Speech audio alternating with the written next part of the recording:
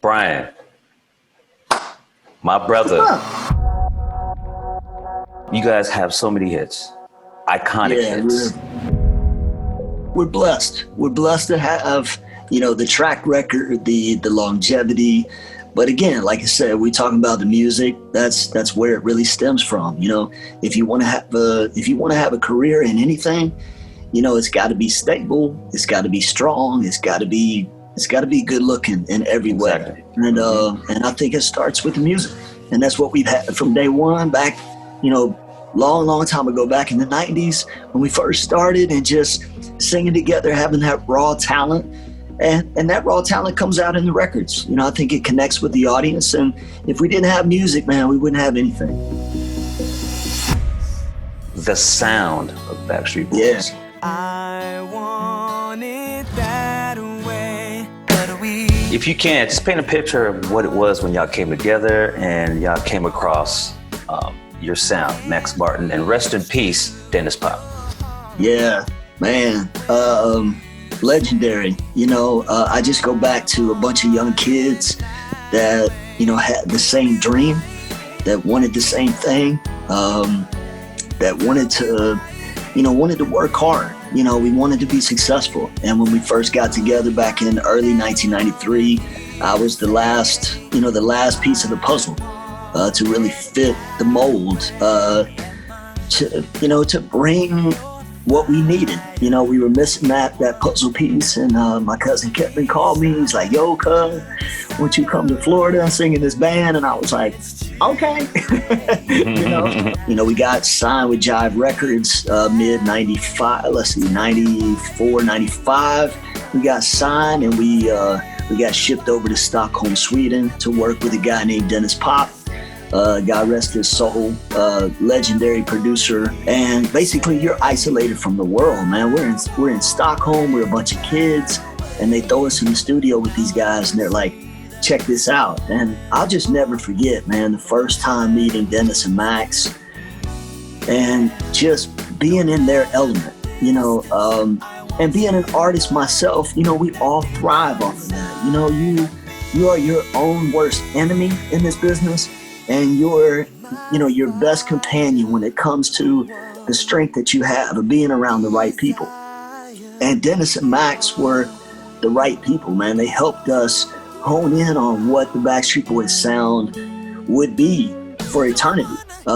We started then, and the impact that you make as a kid, you don't think, you can't fathom the thought of, golly, almost 3 decades later, we're still kicking, still making music, and still influencing the music world through good music, and having that good foundation with Max and Dennis just really set the tone of where the bar needed to be for us. And little did we know that bar that we helped create would end up being a bar that so many would strive for in the music business.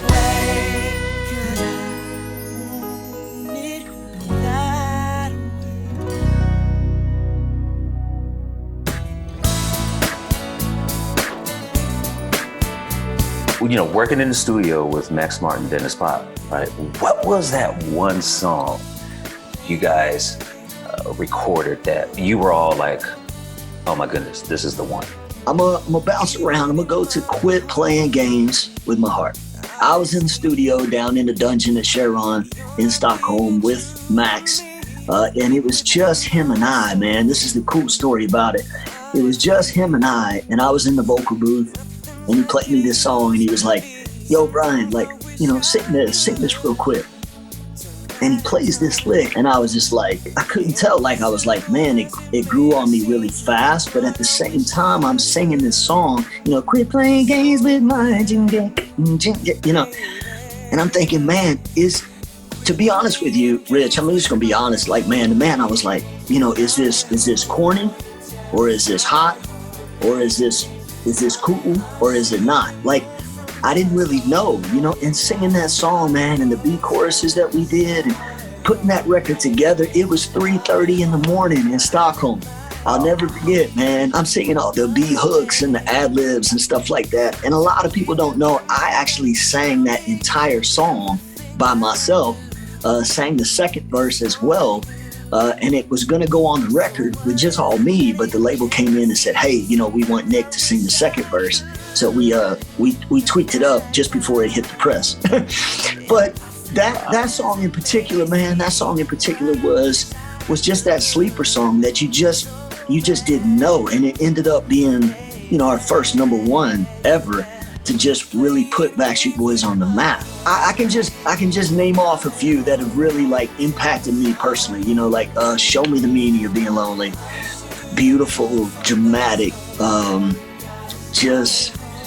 I don't know. It's an emotion, man. I'm an emotional guy, and when I sing music, you know, I hope that the fans can relate to that energy and that emotion that's put into those songs, because it lives, man. It lives forever, and the impact that we've had on, you know, the larger than lives, and "I'll Be the One," you know, "Quit Playing Games," "I'll Never Break Your Heart," "As Long as You Love Me," Wow. "All I Have to Give." Like, I mean, the list just goes on, and people connect to it, you know. So, man, music is the vibration of the soul, and everybody's got a soul. And if you can't connect to it, you got issues, man. You got issues. Hey, I hear you.